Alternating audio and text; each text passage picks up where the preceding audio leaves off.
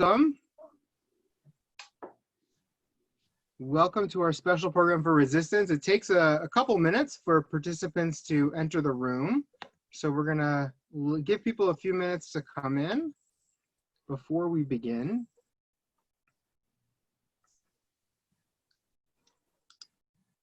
Welcome everyone. We are covering numerous time zones right now. I think we've got East Coast and West Coast and England. And Jonathan Jakubowicz, where are you sitting? I'm in Los Angeles. In Los Angeles. Okay, so we're covering the whole United States plus an ocean away. Very exciting to have everyone logging in and joining us on this day. I hope that anybody logging in from down south is safe from the storm that is currently battering the United States. Hopefully everyone is safe and sound. Between the storm and the pandemic, everyone is hopefully okay right now. But it'll be nice this evening at least to have a distraction, to have a chance to be together and hear about this wonderful film with these talented artists. Okay. You're in the Midwest, you're still in Indiana? I'm in southern Indiana, exactly. Oh, there. See, I wouldn't assume that you were in California. You can't tell by the background? Very distinctly Midwestern background. It is rather distinctly Midwestern. You're right about that. We got to spend a couple weeks this summer in Ann Arbor, Michigan, which is one of the more colorful towns in the Midwest. This is very similar because it's a college town. Always a good feel. Mm-hmm. Always a good feel. Okay, our numbers seem to have basically stabilized. We've got a few people still coming in, but I think we're good to start our introductions, and then others can join us. Others can join us as they come in. Okay. So Jane, would you please Yes. kick us off? Welcome. Thank you for joining us this evening. My name is Jane Dubrow. I am the program director at Congregation Emmanuel of Westchester and the organizer of tonight's event. This special evening is made possible by IFC Films and Tamar Simon of Mean Streets Management. This event is co-sponsored by Congregation Emmanuel of Westchester, Community Synagogue of Rye, Congregation B'nai Yisrael, Congregation B'nai Israel, Congregation KTI, Greenwich Reformed Synagogue, Hebrew Institute of White Plains, the Holocaust and Human Rights Education Center, the Jewish Community Center of Harrison, Westchester Hebrew High School, Young Israel of New Rochelle, and the Young Israel of Scarsdale. Rabbi Howard Goldsmith of Congregation Emmanuel will moderate this evening's discussion. Our program will begin with a conversation with the director, Jonathan Jakubowicz, and the film stars, Jesse Eisenberg, and our surprise guest, Bella Ramsey. This will be followed by a Q&A with our virtual audience. You are welcome to submit questions in the Q&A at the bottom of the screen. Before turning this over to Rabbi Goldsmith, I'd like to acknowledge Corinne Rosenstock, Jesse Eisenberg's cousin, who is with us this evening. We also have Gloria Kahn, a congregant with us. She is the cousin of George Loewenje and the French scout leader, the head of the resistance effort to save the lives of over 1,000 children in France. This was the program that Marcel Marceau, and he was a relative, was part of. So we're really thrilled that Gloria could be with us as well. So I'm going to turn it over to Howard, and thank you all, our participants. We're thrilled to have you here. I said it's a dream come true, and it really is. So thank you all. Thank you. Wonderful. Thank you so much, Jane, for your warm welcome and for organizing this incredible program. Somebody asked me earlier today, how did you get this star-studded group to come together? And I said 2 words, Jane Dubrow. If you need a program organized, she is your woman to make it happen. So it's my pleasure to welcome everyone to this special evening where we will delve into the important new film Resistance by speaking with the film's director and writer, Jonathan Jakubowicz, and 2 actors, Jesse Eisenberg and Bella Ramsey. In case you have not seen the film yourself, Resistance tells the little-known story of Marcel Marceau, the internationally acclaimed mime. Before he becomes a world-famous mime, aspiring Jewish actor Marcel Mengel joins the French resistance to save thousands of orphaned children from the reign of the Nazis. Before going any further, we are going to take a look at the trailer for the film in case you have not seen the film itself. So hang on one second. Here is the trailer for the film.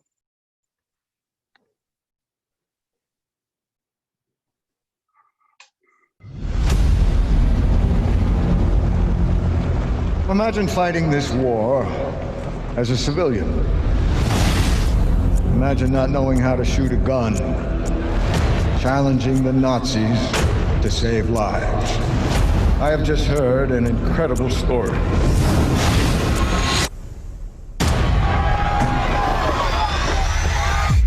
That makes your sacrifices completely worth it. 123 children.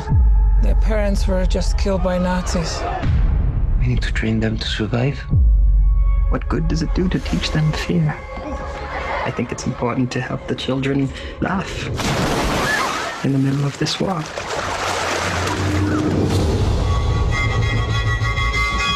There's a group in Lyon arming themselves to fight back. We need to find guns. We need to learn how to shoot. Do you really think I could help anyone with a gun? Of course not. But your passports are impressive. Look at this. Marcel Marceau. It's a great name.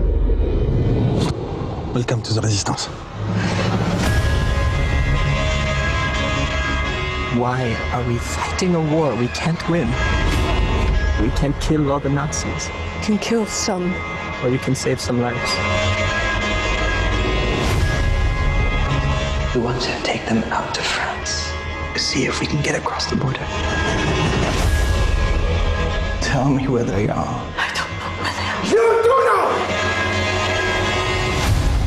In every generation, they rise up against us. Sometimes a powerful man, sometimes an army tries to destroy the Jewish people. But here we are, together.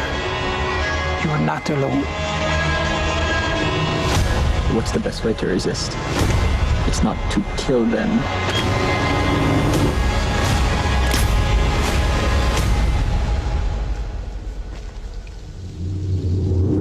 It's to survive.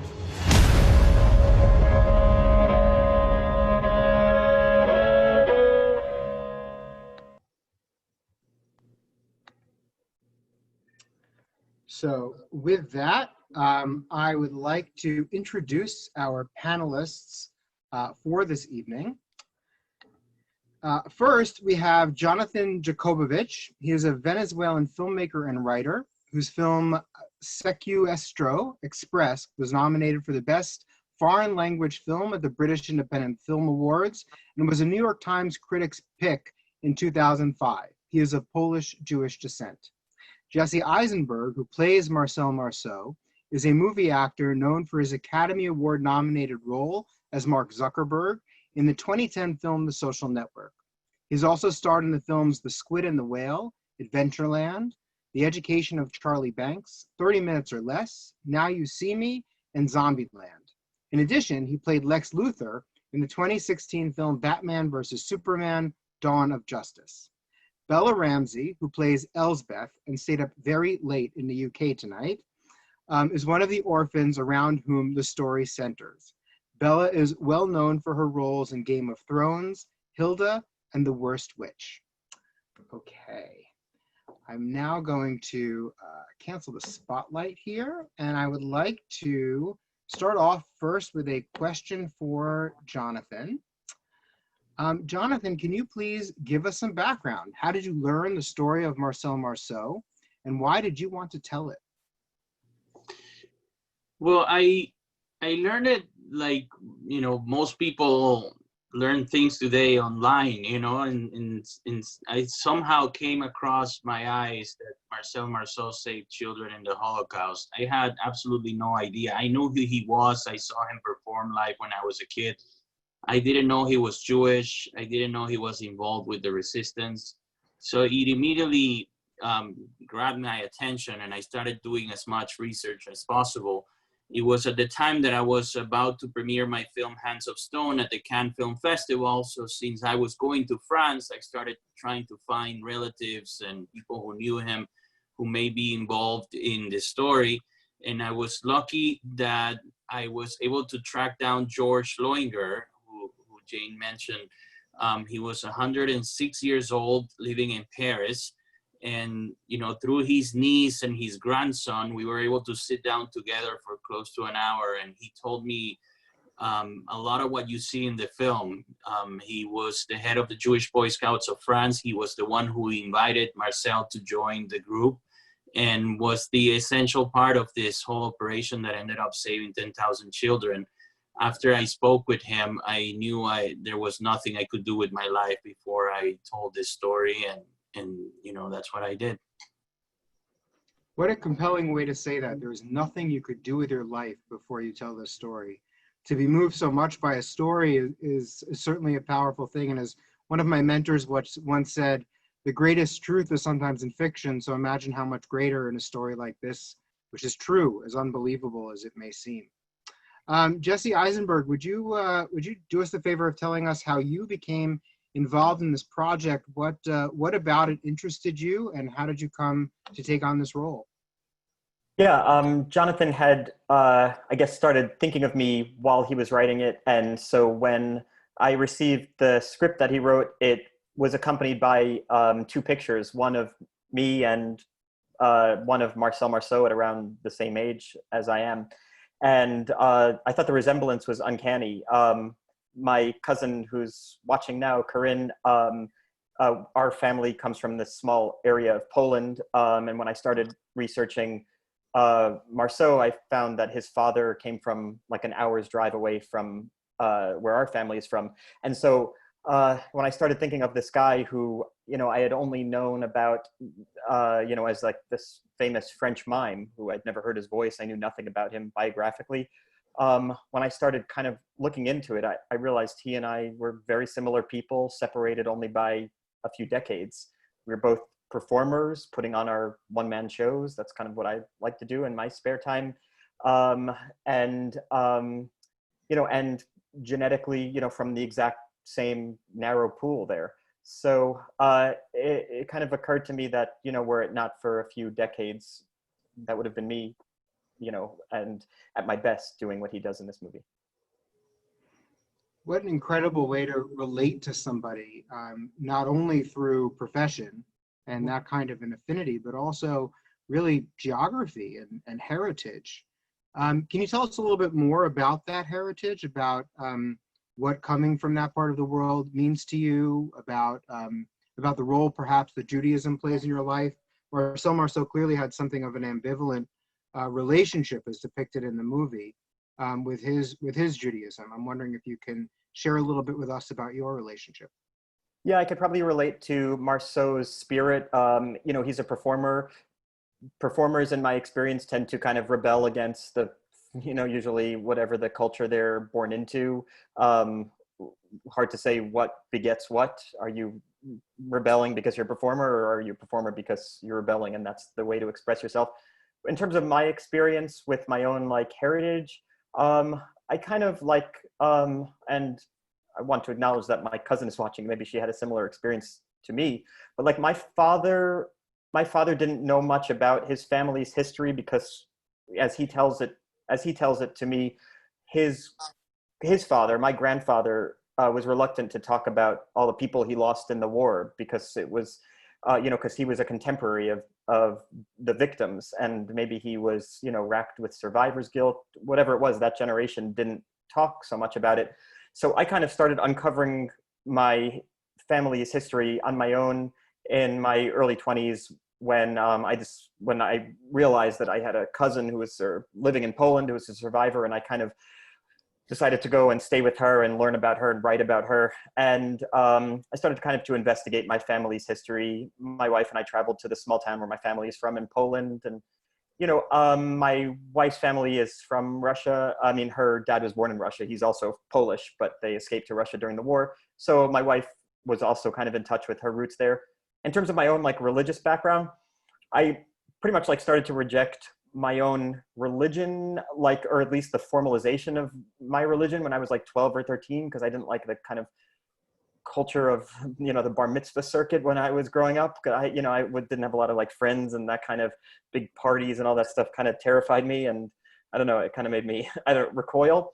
And so I kind of rejected it. I've only come to it, I would say, later in my life, as my wife, who is a bit more religious, who's lost both of her parents and feels kind of a greater connection to her faith as a way to connect to her late parents, has kind of brought me into it. As I found a temple in New York, this temple called CBST, which I find to be really wonderful and inclusive, and I really like the way they carry out their services and their mission.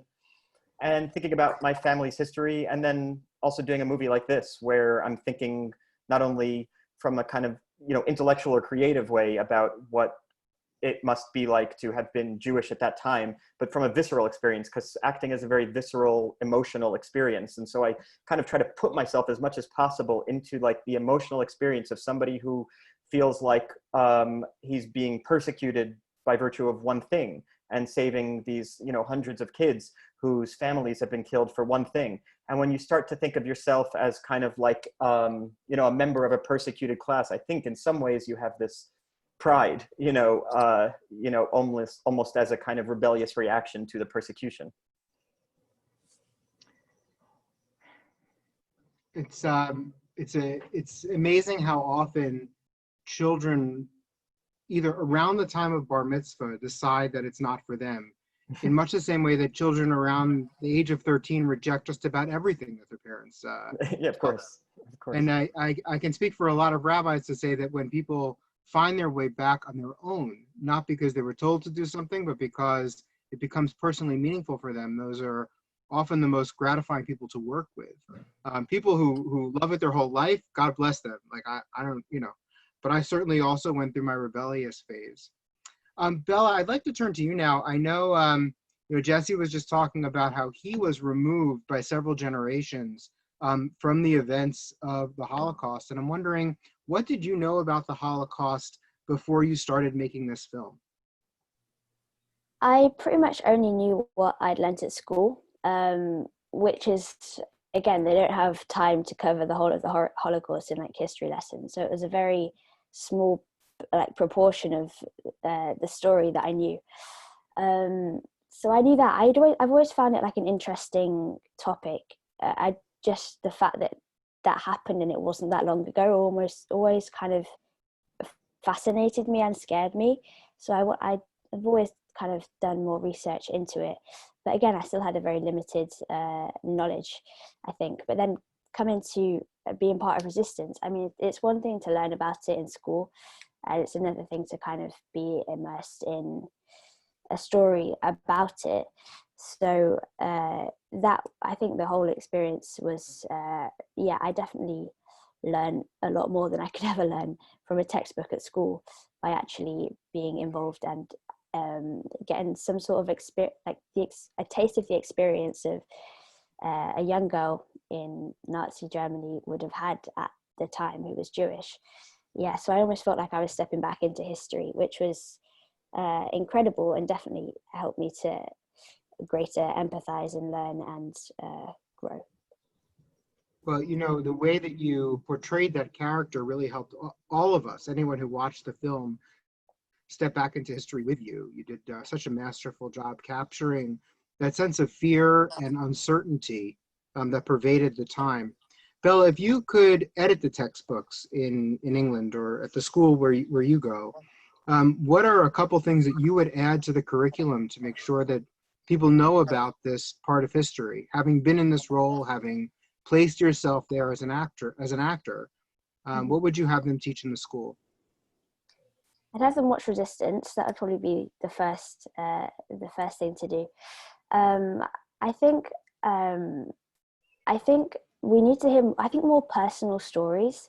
I think if like the story of Elspeth, for example, like you hear on a broad level, like this is what happens, but it's when you actually hear the personal stories, when a person's connected to it, that's when it becomes more real, I guess, gives it more weight, makes it more emotional, makes you relate to those people and then begin to imagine what it would have been like, so then you can make sure you never contribute to like persecuting anybody again, like in your life. So I think definitely to make it more personal, I encouraged that, definitely.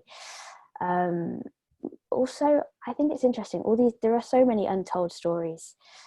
It's like Jonathan discovered the story of Marcel Marceau, and I think it would just be interesting for us to be able to do our own work into finding these unknown stories, as well as hearing and learning about the facts that we all should know, but also delving into the other sides of things that nobody knows about.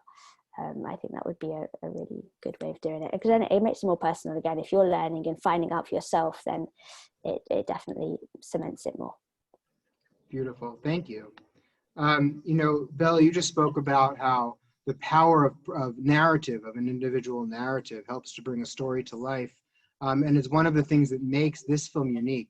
Jonathan, I'm hoping that you can speak for a few moments about in what other ways this Holocaust film is different from other films about the Holocaust. And I just want to stop to say this film is about more than the Holocaust. It's an intensely biographical film. To call it just a Holocaust film, I think limits it. But I'm interested to know how you feel this film is different, what distinguishes it from other films that center around the Holocaust. Well, we never really saw it as a Holocaust film. You know, it's interesting because I never thought I could make a Holocaust film because it's too emotional of a story for me. Both sides of my family were survivors, and most of their relatives were killed during the war. But what I found different about this story, specifically, that it's not about extermination, it's about salvation. It's about solidarity and taking personal responsibility to save those in need. And it's ultimately the story of an artist who finds his art and finds his art through the act of helping others, as opposed to being in love with himself, which I find very unique and essential to the story. And the idea of having a mime of all people be the hero of a war movie, I found incredibly original and unlike anything I've ever seen. And the fact that it's true just, you know, gave us permission to do something as crazy as that. You know, and a mime uses his pantomime to save children from the Nazis. It's something, you know, I've never heard before. And I think it speaks volumes about what you can do in a specific situation when presented with the opportunity to help others. And I was always inspired by Marcel and his story. And he, from the moment he was conceived, including the moment, the way we were shooting it, it was always full of colors. It was always full of light and hope. It steers away from the traditional look of Holocaust movies, which tend to be more austere and more you know, black and white and depressing. You know, we were always illuminating the screen with the colors of Chagall, which were the colors that Marcel also used, not only in his pantomime, but also in his paintings. And it was always in the spirit of that. You know, this is a story that is seen through the eyes of an artist, and not about those who were killed, but about those who they were able to save in the middle of this horrific event. It's a beautiful notion to use the person's art in order to achieve salvation. And I think one of the things that's so powerful about the film is that the salvation is achieved not only for the children who are saved, but also for Marcel Marceau himself. And that by being put in that intense pressure cooker, he was able to probably achieve an artistic plateau that he may not have been able to achieve otherwise. And your film just portrays that so beautifully. Jesse, speaking of that, it's such a complex role. The historical setting, the extraordinary circumstances, a man who would become the most famous mime ever, and as I understand it, every actor needs to spend time doing mime. Whether they want to or not, they need to invest some time in that. and also his ambivalence about the effort at the start of the film. There's probably so many more complexities that I couldn't even really guess at. And so I'm hoping you'll share with us a bit about how you prepare for a role like this that's just so unique. Well, yeah, I think you hit on like the kind of main elements that I was thinking about, actually. I mean, I was, tasked with playing somebody who had to credibly look like he could at least become the best mime in the world. So, there are no videos of him performing in his 20s, but, we could imagine that he had some dexterity and agility and creativity. So I studied with a mime teacher who was a student of Marceau's for about 6 or 7 months to learn not only the routines that I perform in the movie, but also to learn like the history of the craft and to learn about Marceau from a student of his who, who has chronicled Marceau's life, who has images and videos that no one else has. So I had a really kind of intimate education in that regard, but there was also kind of like thinking about the human element, which is the other aspect that you bring up, the ambivalence about being a hero. Especially now because of the pandemic, I think at the outset of the war, just as it was with the outset of this pandemic, I think a lot of us felt like this was happening personally to us, that it was inconveniencing our lives. And I think for Marceau, that's probably what he felt at the beginning of the war. With the benefit of hindsight, we understand that this was going to be one of the great, human catastrophes throughout civilization. But probably at the time, he felt as though this thing was kind of just throwing off his schedule and his plays and his characters that he had created. And so I think what Jonathan did really well, and what I was hoping to illuminate, is that the very kind of human reaction to the onset of something new, even a war. And that, here's a guy who was a performer. He's necessarily self-involved. He's doing a performance that no one has asked him to do. And therefore he must have some kind of, some kind of that performer's narcissism, where you think what you're doing is so important and valuable and, more important than whatever anybody else is doing. And, I could certainly, share some of that feeling. And so like, I was trying to kind of imbue the character with that kind of brattiness, because it seems to me not only authentic and accurate, but also kind of, I would say, leads to the bigger picture of the movie, which is that once you kind of shed yourself of your own ego and agree to help others, it actually enhances the thing that you thought was threatened in the beginning. Marceau actually becomes the artist he, as you put it, like, he became an artist that he might not have become had he not been so inconvenienced by, the war. And so in a way, I think, we assume that, when something is throwing off our plans, that it must be some kind of compromise. But I think the movie so beautifully shows that actually it can enhance both.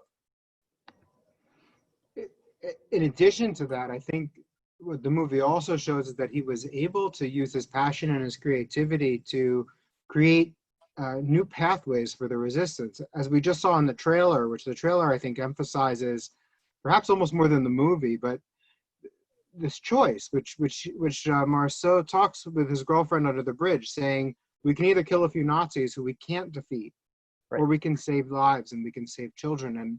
And perhaps it takes an artist's touch to flip the story, to flip the plan, to see a new way forward. Yes, that's, I think at its best, art can kind of shed a light on society or on, bigger pictures like that. Because, maybe they're looking at it from a different angle. And I really love that theme of the movie that you just brought up. I think it also speaks to, somebody who's a creator. I think it speaks to the kind of spirit of a creator that, yes, we can probably destroy a few Nazis, but we're certainly not going to make an effort. We're certainly not going to make a big effect on the war effort through our kind of smaller actions here and there. But like, I think from a creative person's perspective, he thinks, well, we have to protect life, and we have to protect that which is positive rather than just trying to kind of destroy what's negative. Beautifully said. Bella, you had a unique aspect to your role that I'd love for you to address. In addition to all of the layers of complexity of that time and space, for you, it was also a coming of age story about a young girl turning into a young woman. And I'm wondering if you can tell us, how you prepared for that role of coming of age in an extremely difficult circumstance. And perhaps for those of us who've seen you in Game of Thrones or some of your other roles, how was this role different from some of the other roles that you played? Certainly, like the coming of age thing. I mean, I think must have been so difficult for someone with all this stuff going on and then having all these changes in her own life. So I suppose it's always about trying to find the parallels between your own life. I think that's always what helps with getting into a part, is finding the parallels. And obviously, like I'm growing up and Elspeth is growing up, and but then to also have the war going on, I mean, it's very difficult. We all feel like, a bit like Jesse said about the inconveniences, we all feel like we've got our own mini wars going on. So I guess I tried to draw from them, but it's nothing compared to the war that was actually going on at the time. So to prepare for it, I just kind of tried to just completely immerse myself in what it meant to be German and Jewish and growing up in Nazi Germany, and all that brought.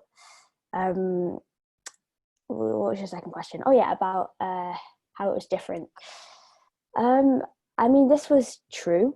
First of all, I think that's what made it the most different, and the fact that Elspeth was loosely based on Jonathan's aunt, again, gave it more importance for me.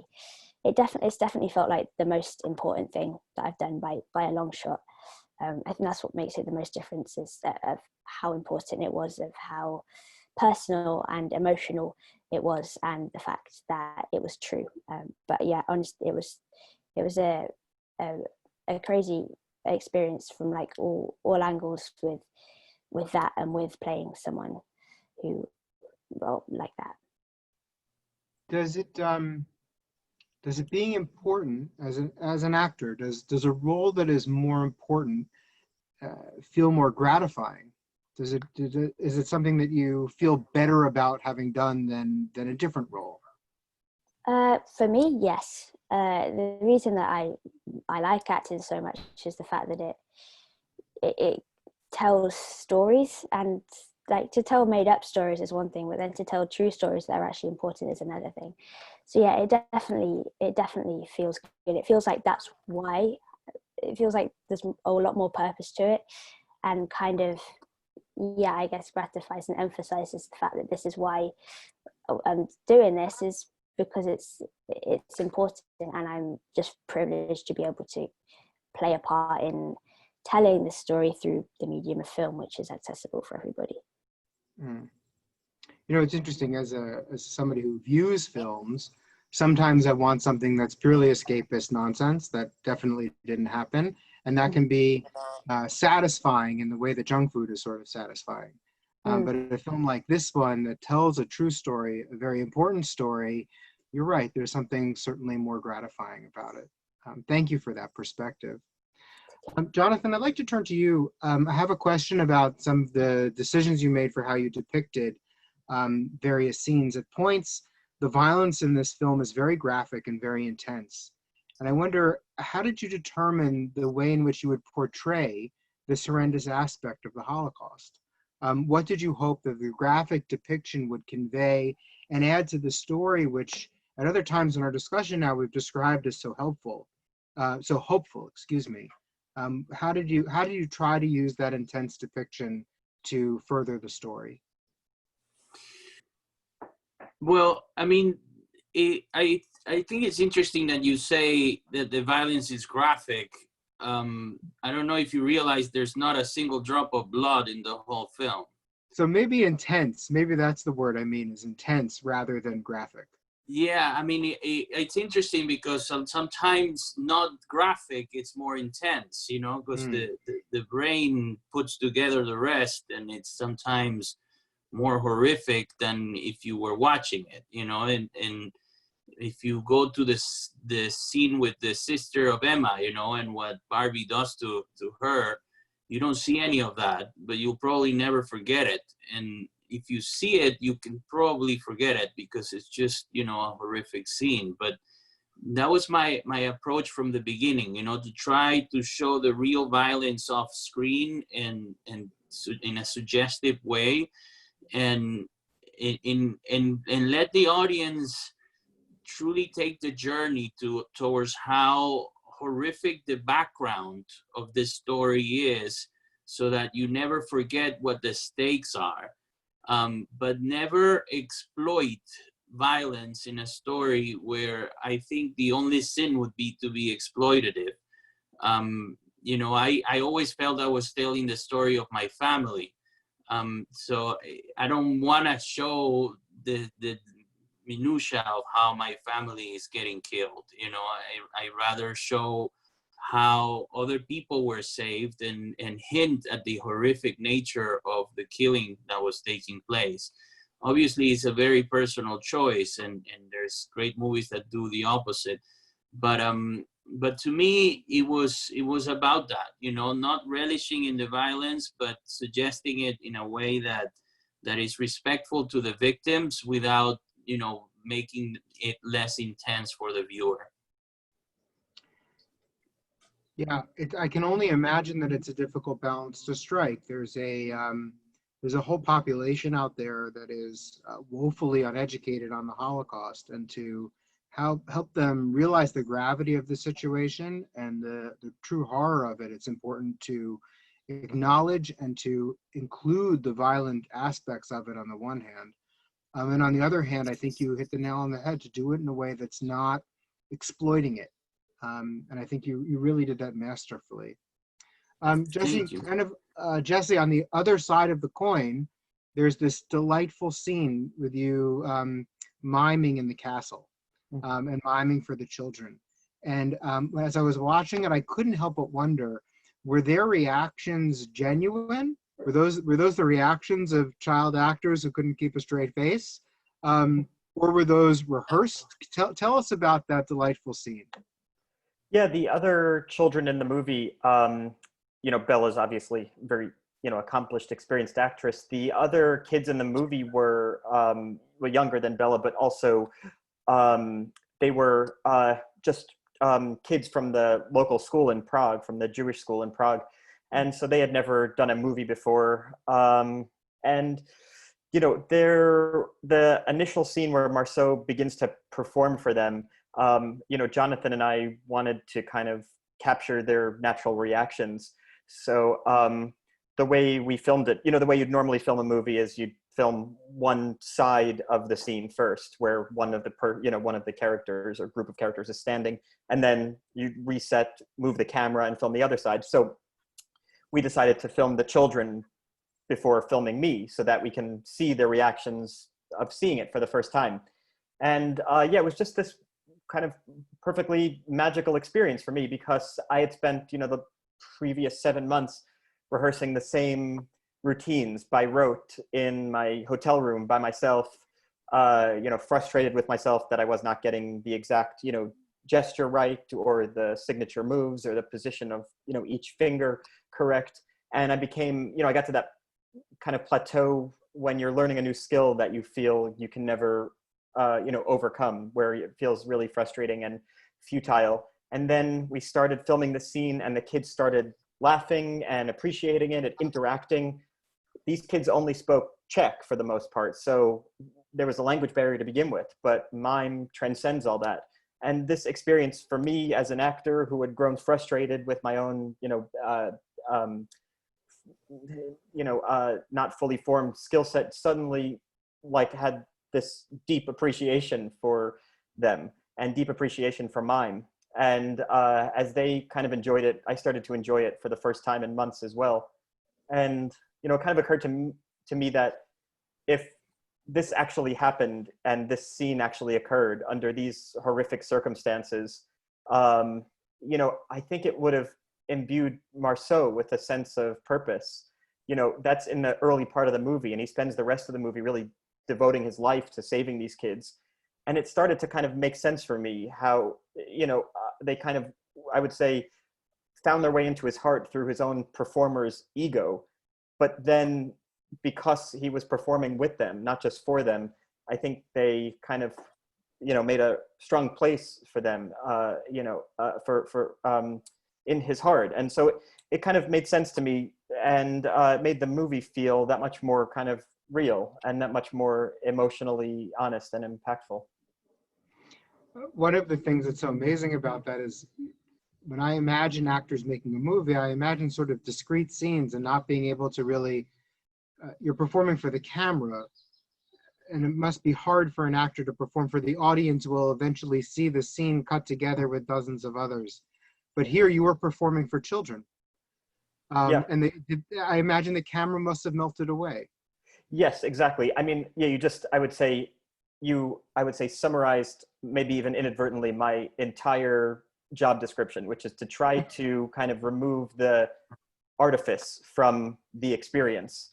And, the camera is the artifice. The camera is, the symbol of the phoniness of my job. It's the conduit for an audience to see it that's not in the room. And so anytime you can have anything that removes that camera, whether it be a great scene partner or a costume that makes you feel believable, or a good line of dialogue that tickles you or makes you feel some kind of emotional feeling about the line, it removes that camera that much more. And there's nothing more impactful than a group of unpredictable, Czech children who don't speak the language and are reacting completely honestly, with no pretense, not thinking that they have to be polite to the movie actor who's performing for them. There's nothing more effective than that. That's wonderful. Bella, I see you grinning about that reaction. I think specifically when Jesse said something about being polite for the movie actors. I'm wondering if you can tell us a bit about your experience as a child actor and how you imagine that might have differed from that of the adults making this film. Well, for me, I've always, I don't know, I struggle with the label child actor just because I feel like I don't know, I've often felt kind of looked down upon for being a child actor. I think there's like a pretense that comes with child actor, but on Resistance, I was very much seen as equal, which I'm very grateful for. It meant that I definitely felt like I had a place rather than just being kind of like, oh, this the kid.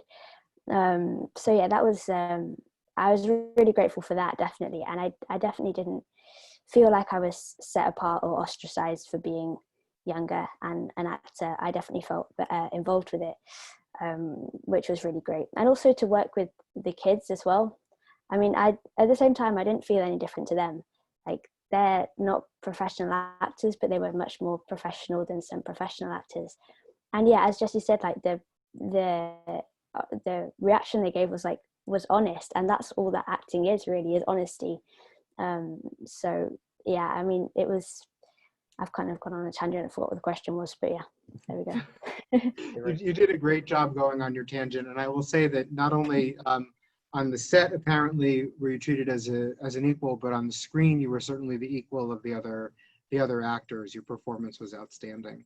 Thank you. I'm going to ask one more question of all of the panelists. I'm curious for all of your perspective on it, and I invite the audience to please write questions in the Q&A in the chat, and hopefully I'll have some time to answer some of those as well. So my final question really is this: what is the message that you hope people will take away from this film? And if you feel like you've already touched on that, which I think a number of us have already, how do you hope this film changes an audience? How do you hope that somebody who views this film will be changed by it? I can start. Yeah, my hope is that, it's the thing I think about all the time. I work in an industry that can often feel kind of like self-serving and, navel gazing and, egotistical. And I constantly try to kind of reconcile how to be in the industry I'm in with kind of, I don't know, doing good for others too, and having a more immediate benefit in the lives of others. And, you know, the thing I like about this movie so much, besides just the history of it, is the way that it talks about how art can help others in a way that doesn't compromise the art. You know, my wife teaches in schools in New York, and, you know, I often think that, you know, I can't talk about my, you know, mysterious and precious acting process with our students, because it would somehow kind of like, you know, degrade this great thing I've worked on. But, you know, really the opposite is true, that kind of when you share that stuff, it imbues it with meaning. And that's what this movie does so well. And it kind of serves as a reminder to me to kind of, you know, look at the thing I do that I feel like I need to protect so much, that I feel is so mysterious, and kind of look at it as something that can be, you know, beneficial, not just self-serving. That's beautiful. We all have gifts to share, and usually when we pull the curtain back, we discover that we can share them in even more profound ways. Thank you for that. Thank you. Jonathan, Bella, what do you hope that, how do you hope this movie changes people as they after they view it? Bella, go ahead. Okay, I just had to unmute myself. I think for people of like my age, I hope that they I guess they realize that the stuff like this did happen.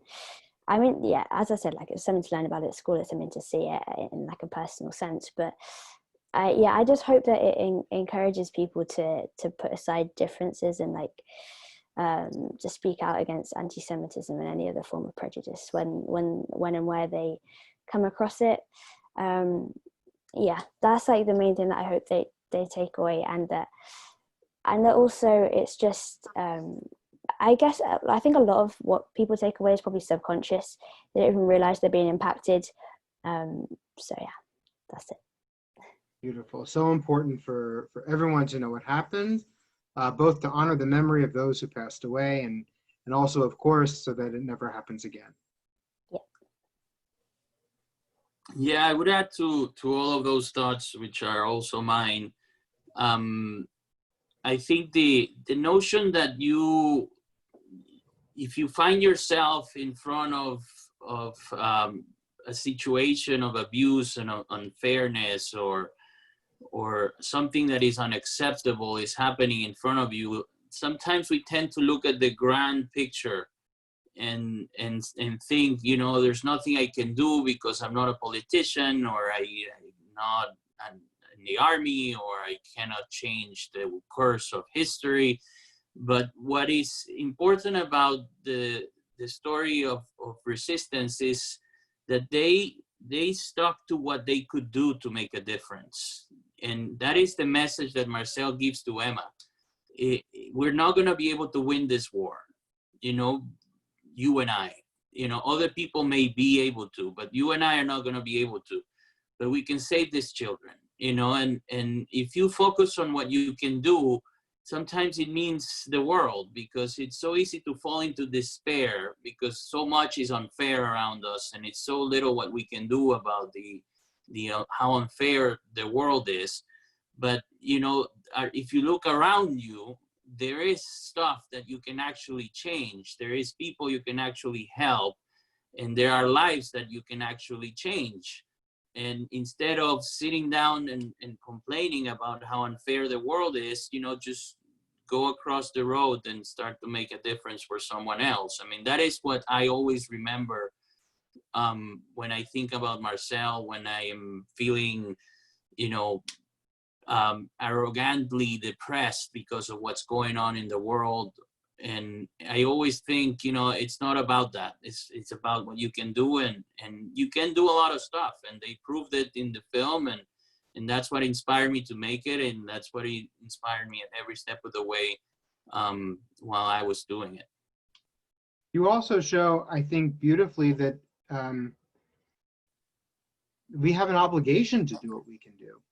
And Marcel was pushed into that obligation by the circumstances, but I think that you you beautifully show that all of us have that obligation. We don't have an obligation to save the world, but we have an obligation to do what we can, which is actually straight out of the Talmud. A section called Pirkei Avot says, you're not obligated to finish the work, but neither are you free to desist from it. And it's wonderful in the course of this film to watch Marcel Marceau come to live out that Talmudic maxim, probably not even realizing it, but doing it. Okay, we have a bunch of questions, some interesting ones. I'll take some of them. I don't think I can get to all of them. One that's come up a couple of times is if you can tell us the reaction of Marcel Marceau's family to the film. Well, I can tell you the reaction of George Loinger's family because I worked more closer with them than I did with Marcel's family. Mostly because Marcel's family doesn't really speak English. You know, they are also involved in a proper biopic about his career in France in French, and so technically we legally can't really talk a lot because they are exclusive to that film. But I can tell you Tamar Jacobs, who is the niece of George Loinger, has been extremely supportive and was extremely moved by the film. And when George passed away, we were about to finish the film. And I was one of the first persons she called to break the news because she felt in a way the film pays homage to one of the great things he did, and he was so important and is so unrecognized, how important his influence was, that in a way the film does a little bit in that regard.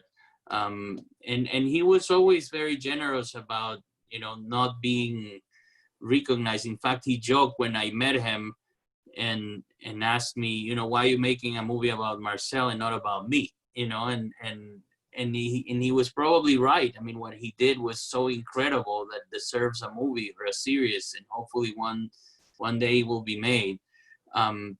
But so far the reaction from his son, who's right now he must be only 90 years old. He was 88 when we met, and his grandson has been incredible. Others in France, the movie hasn't come out. It will start coming out in Europe it started in Spain last weekend, and it's gonna be in France, I believe, in September. So we'll probably hear from them. Great. Along those lines, another person asked, someone who had met Georges Loinger, this person wonders, what made you choose the story of the Scouts highlighted in this film as opposed to one of his other stories? Well, when I met him, I was already researching about this story. That's what I met him for, and that's what we focused on when we met. When a person is 106, you gotta be, straight to the point and know that your time is limited. He spent an entire hour telling me all these stories, which was incredibly generous. But like I said, he has a dozen other movies that could be made about his own life, and I agree that somebody should do it. Great. Another question here about kind of movies more generally. How are films being made now? How is the pandemic going to change the way we experience film, over the next couple of years? And do you think we'll ever get back to movie theaters with popcorn? Well, I can speak to the last question. I can say that the movie opened at the Shanghai Film Festival last weekend in theaters, to packed houses. There's a limited allowance in the theaters, obviously, for social distancing. And the movie also opened in theaters in New Zealand where they got rid of the pandemic. So I can see the light at the end of the tunnel, that people actually go to theaters when they open, and movies can still play in theaters. As far as how do you shoot them, it's a very difficult process, and I don't hear anybody being excited about the new rules. Hopefully this will pass, and it will pass soon, and we'll go back to being normal. But you know, there are just a ton of rules about social distancing in the crew, and quarantines, and measuring the temperature. I mean, it's a pretty difficult process, because movie making is by its nature a collective effort. You interact with more than 100 people in a day on a movie set. And usually everybody gets a cold by the end of the shoot, you know, and so it's not an ideal setup in any way, shape, or form for a pandemic. So we're all suffering. We're all, you know, figuring it out. And but movies are being shot, and series are being shot all over the world. You know, the United States is behind, obviously, because we have, you know, this mess. But London is shooting movies, I believe, and I have friends shooting in Vancouver as well. So it can happen. It will happen. We're just, you know, at the top of the wave, and we haven't seen the end yet. Well, it's good to see the light at the end of the projection booth. Many of my colleagues right now and myself are in the midst of shooting films we never thought we would shoot, as many of us are pre-recording our High Holy Day services for the same reason, that we can't come together safely during the high holidays. And so I found myself in my sanctuary a few weeks ago with movie cameras aimed at me, something I never thought I'd experience. One more question here. The actor Seth Rogen was at the center of controversy recently about comments he made on a podcast about Israel, Jews, and Judaism. Often Jews and Judaism in entertainment are reduced to kitsch or played for laughs. And I'm wondering, well, not me, somebody from Congregation KTI is wondering, do you find that to be the case? And how difficult is it to treat the Jewish experience earnestly and seriously in Hollywood? Well, I mean, I don't think those things are necessarily at odds with each other. I mean, you know, when I think of my favorite comedy movies, they're probably exclusively made by Jewish people. And I've been in some movies that, you know, kind of probably are borderline kitschy and also really brilliant. And those two things overlap in a nice way, just as art and oftentimes commercial art does, like no other, like nothing else. So I don't think those two things are at odds. You know, one of the things I really like about this movie, Resistance, is that it features kind of like a Jewish hero at its center, and not just a Jewish hero at its center, but a Jewish artist at its center. You know, one of the things I find myself being increasingly proud of is like the contribution of Jews to not only, you know, to such a variety of fields and interests and, you know, curiosities, but especially in the arts, because that's my life's work as well. And so when I think that, you know, there was a Jewish artist who was heroic, not because he was the strongest person in the group, not because he amassed the most, you know, the strongest weaponry, but because he was using his art, and he was using it in such a way that rendered it heroic. To me, that's the most kind of exciting presentation of our culture. Beautiful. Well, I would like to thank all, before handing it off to Jane for our final sign off, I want to thank all of you. We live in a time of crisis, a different sort of crisis than the one portrayed in your film, thank God, but a crisis nonetheless. And it's so important to be reminded that all of us have the tools and the wherewithal to make a difference, and that we can do so using our passions and using who we are as individuals. And that element of the film, which those of us who watched the film perhaps got a suggestion of, was made so explicit just now in this wonderful conversation. You're all busy people. Bella, it's very late at night for you. So I really sincerely thank you so much for taking the time to be with us this evening and give us such great insight into this important work. So Jane, I'm going to hand it off to you for a final sign off. I'd like to thank you again for joining us this evening and sharing your amazing contributions to the film and explaining a lot about the film to our community. I have one additional announcement to everyone who's attending. Please join me on Monday, August 17th at noon for our next Zoom session with author Daniel Lee, who I know was Jonathan consulted with for this film. He has a new book out, The SS Officer's Armchair. It began with a surprise discovery of a stash of personal documents covered in swastikas sewn into the cushion of an armchair, a historical detective story, and a gripping account of one historian's hunt for answers. The SS Officer's Armchair is at once a unique addition to our understanding of Nazi Germany and a chilling reminder of how such regimes are made not by monsters, but by ordinary people. I will be sending out a thank you at the end of the evening with information if you would like to Zoom with us. It's open to everyone, and I hope to see you there. I know that when I was in touch with Daniel Lee, he told me that you consulted because he wrote the book about the children of the 10 and France, and that he was a little bit involved in your discussion. So he wanted me to say, hello to you as well. So thank you. Thank you all so very much. Thank you, Bella. Thank you. Thanks, everyone. Thank you. Good night. Very good. Thank you, everyone. Good night.